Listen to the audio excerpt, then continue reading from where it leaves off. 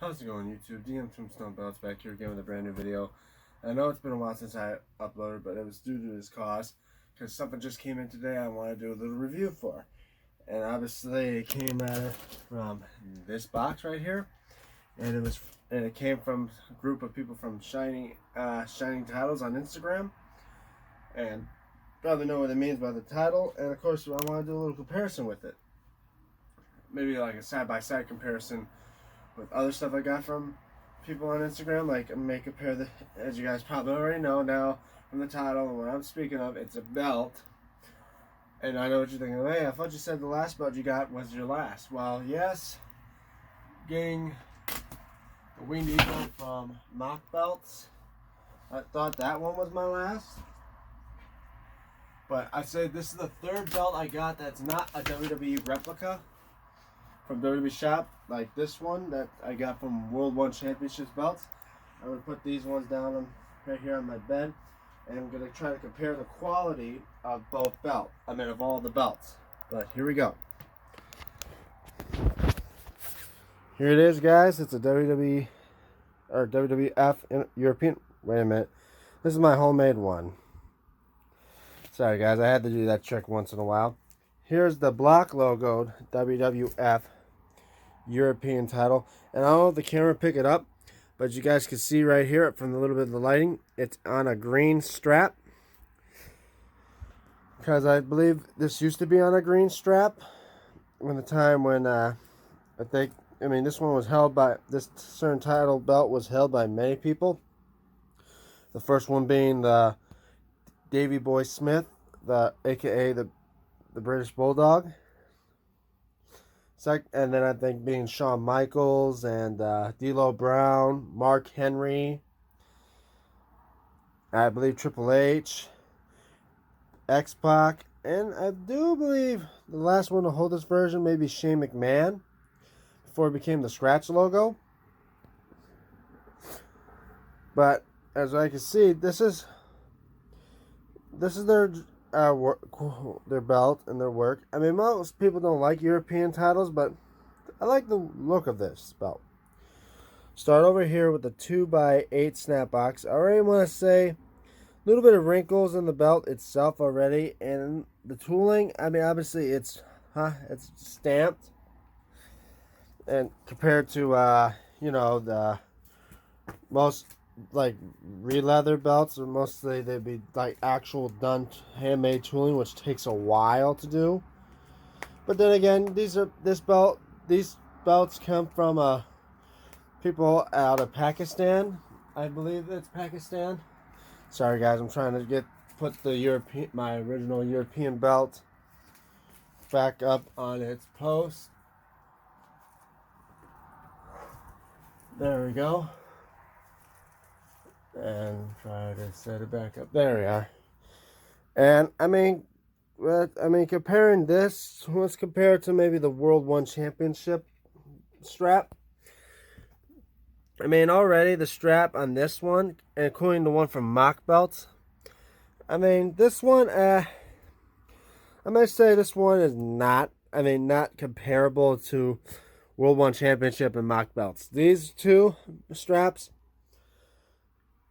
are no comparison to this strap. These ones are literally top notch. I'll give them that. Especially Mock Belt, who literally goes beyond the Call of Duty to make the belts as good as the real ones you see on TV. Just one thing when they throw off the gold tip, because I had to put the gold tip on myself. And of course, for World One Championship, he made this particular belt to look more to the one, a particular one. I requested to get this belt on a green strap, like a dark green strap like it was on the TV. And of course, I'm not going to show the backing yet. We'll start to the side plates. I mean, these plates, the guy says 4mm, which I believe so.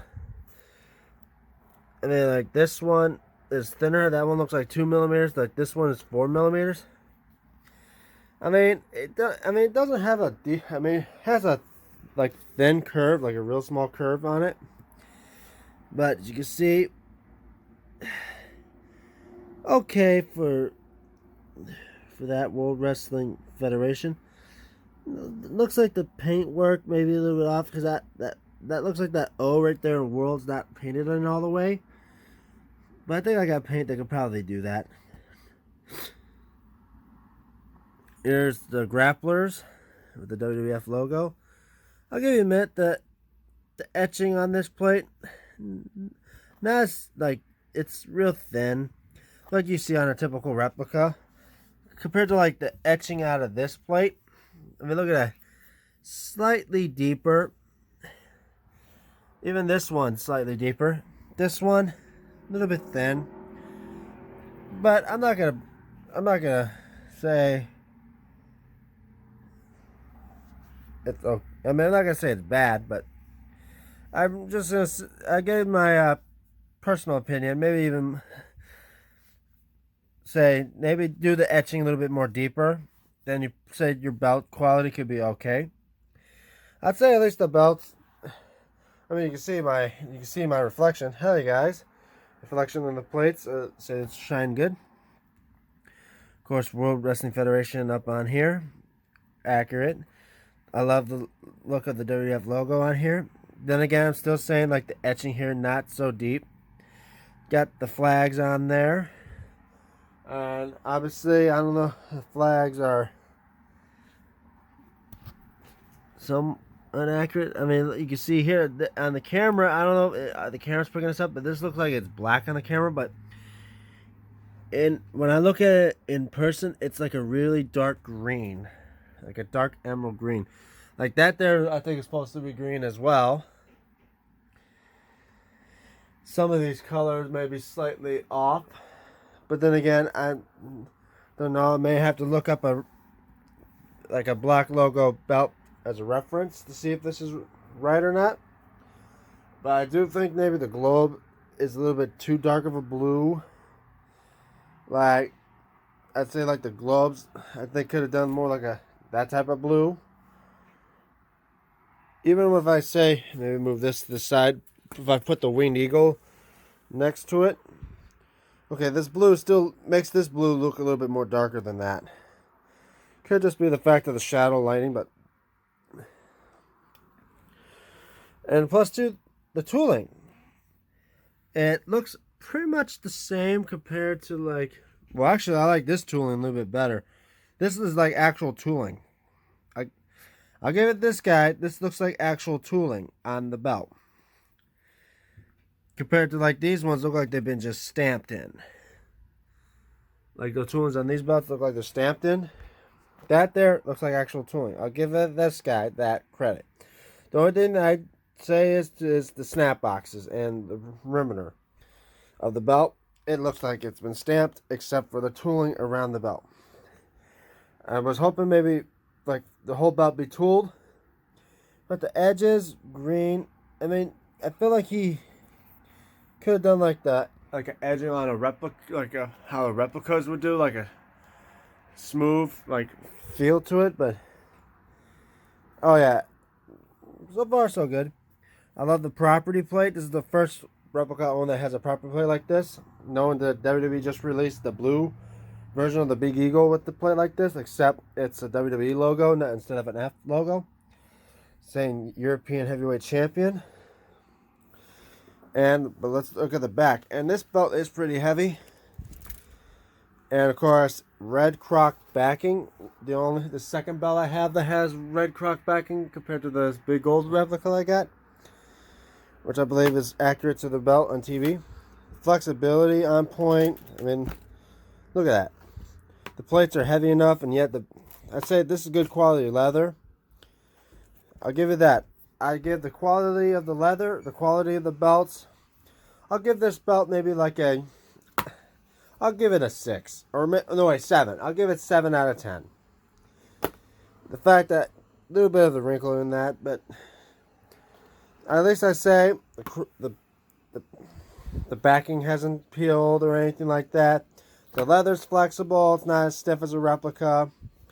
Plates are thick, and if the paint on the belt is accurate to the one it's on TV that was reused, I'll give it that. But you guys know the drill. I'm going to pause the video and I'm going to put the belt around my waist and on the shoulder. So I'll see you guys in a few seconds. I hope you guys can see me well. Right here, here's the belt in hand. As you guys see right there. Leather-wise, on point. Look at that. Love the quality of this leather. Good quality leather. And I gotta tell you, this belt feels real heavy when you hold it. A lot heavier than I say compared to the Winged Eagle and the Big Eagle. They feel like paperweights. I mean, I just noticed the fact there's a little bit of a blemish right here, but it's hardly noticeable. But as you can see, the belt right here on the shoulder, I like the look of this belt on the shoulder. Hopefully, and of course, now time to put it around my waist. As you guys know, when I put belts around my waist, it should fit up to a 46-inch waist. I'm not a heavyweight. I'm weighing around 180 pounds, so I'm a cruiserweight. And for the fact that this belt, okay, some of the snaps fit on right. Here it is around the waist, guys. And for those who wore this belt, like I mentioned, Shane McMahon and all of them, it's a great looking belt. I'll give you that. I mean, obviously it was well known as a gimmick belt, like you now with the U.S. and Intercontinental belt. This basically, it was unified with the Intercontinental Championship, and I'm surprised the fact they didn't unify the U.S. with the Intercontinental, because technically, if they brought back the European title, I would. Well, actually, they did bring this back because it could be considered like a United Kingdom belt.